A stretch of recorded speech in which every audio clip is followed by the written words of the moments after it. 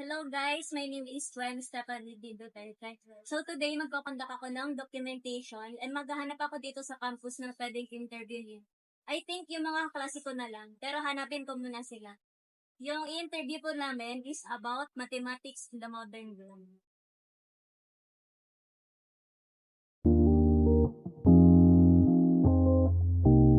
Afternoon po, pwede po ba ako mag-conduct ng Okay po, pero po magbibihis muna lang po kasi po galing po ako sa TV. Sige po, doon na lang po tayo mag-interview mamaya. Okay po.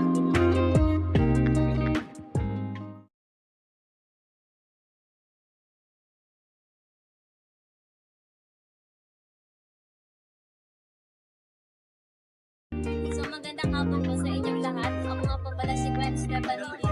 from DNKT. At una naman po si...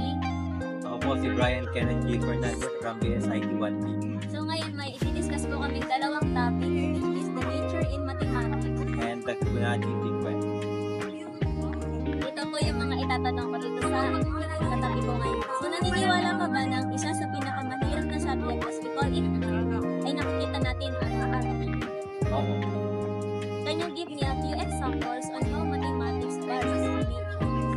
First and for all, everything you see here as a combination and relation of math. Really? How come? Kasi kapag tumingin tayo sa paligid natin, nakakakita tayo ng mga patterns and symmetrical sequence like leaves, tree, bars, and repeating patterns. Shapes with different numbers of sides and edge, and mostly it relates to the SMW subject. Okay, thank you for that wonderful answer. And yes, nakikita nga natin yan halos lahat sa kapaligiran natin. And math is truly amazing. Nay, I would like to ask you another question. Sige po, yan. Kapag pa ang shape natin, magiging line symmetry po ba ito or rotational symmetry?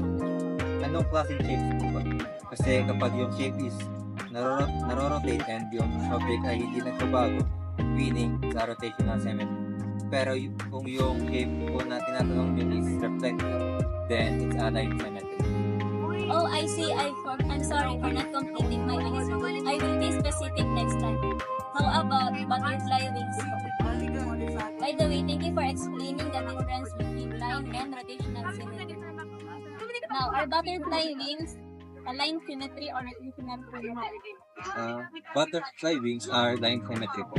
Kasi kapag nirorotate mo po yung angle niya, hindi na the same sa length and width ng upper part ng sa lower part. Based from your explanations, yes, it's true because you have already explained how a line symmetry focuses on the axis of a certain object. We can also call it as a reflector because the opposite sides are the same with the original side. Pero kapag binaliktad natin yung angle of rotation nito, ay hindi na sila same side. Thank you for answering this question. My next question is about patterns. Do you think patterns are man-made or naturally made? With from my main sources, I've seen that this pattern can both naturally made and handmade. In handmade pattern po, for example po, yung hollow block po, in a square or rectangle shape, differences po yung pag-build up nila, kaya parang pattern na din po ito. And made by people po siya. Or kaya naman po yung pagsuka, pattern through trees and leaves po, spiral shape, it's not man-made po. Naturally made po siya. Because before we existing na po yung pattern sa plants po natin. Okay, thank you for the specific answer. How about naman po yung patterns in number? Meron pa rin po ba pattern kapag solve natin yung next outcome sa unang number na nakita? Yes po. It depends po sa output na gusto natin. Like if you are multiplied by 3, then we add 3 numbers that is to get the correct answer. Okay, thank you so much. For Your last question. Gaano ka-importante ang math sa mundo natin? Ang importante po yung math kasi dito po dumadali yung normal na pagpunang natin. Where rules and certain processes occurs to make our living more valuable and knowledgeable. For the next topic is about Fibonacci sequence. Do you believe that the Fibonacci sequence are in a pattern form sequence? Yes po. Because we are using a specific formula to solve the Fibonacci sequence. Can you share to me what is the formula being used to solve for the Fibonacci sequence? Yung formula po to solve Fibonacci sequence are Fn is equal to Fn minus 1 plus Fn minus 2, where Fn minus 1 is the first Fibonacci sequence and Fn minus 2 the second Fibonacci number that we can calculate for the third Fibonacci number. At bago po makalimutan ang formula nga, pala ito ay non-recursive formula. Pero pag gumamit po tayo ng irrational number, ay binit formula na po tawag dito.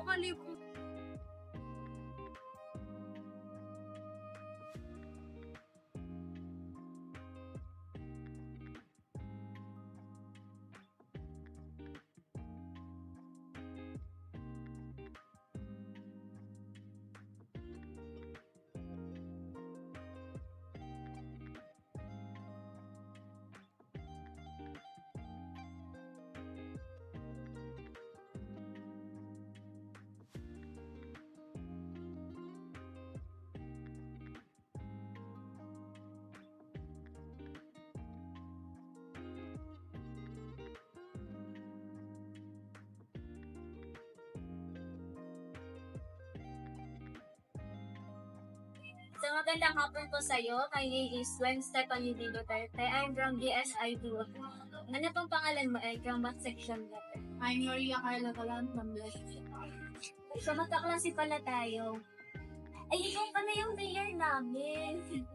Sige. May itatanong ako about the subject natin sa mathematics in the model. About Fibonacci sequence. Meron po ako itong questions. And madali lang naman po siya. So, question number 1. What is the Fibonacci sequence? The Fibonacci sequence is a series of number the sum of all sequences like 0, 1, 2, 3, 5, 6, 8. Okay. Who discovered the Fibonacci sequence?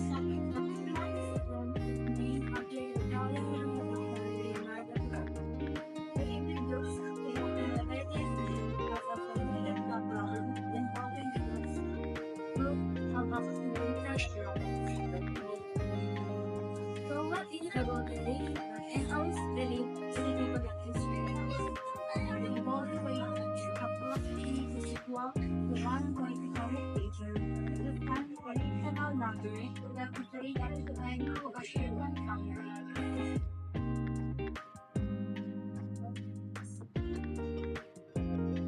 Can you provide me some examples of real-world Fibonacci sequence? Many natural processes arrange a very the branching of tree and the flowering the kind. It also appears in the kind of many languages, such as Persian and English. Can you find the Fibonacci sequence in online? Yes, the Fibonacci computation will require computer access to create for this and predict right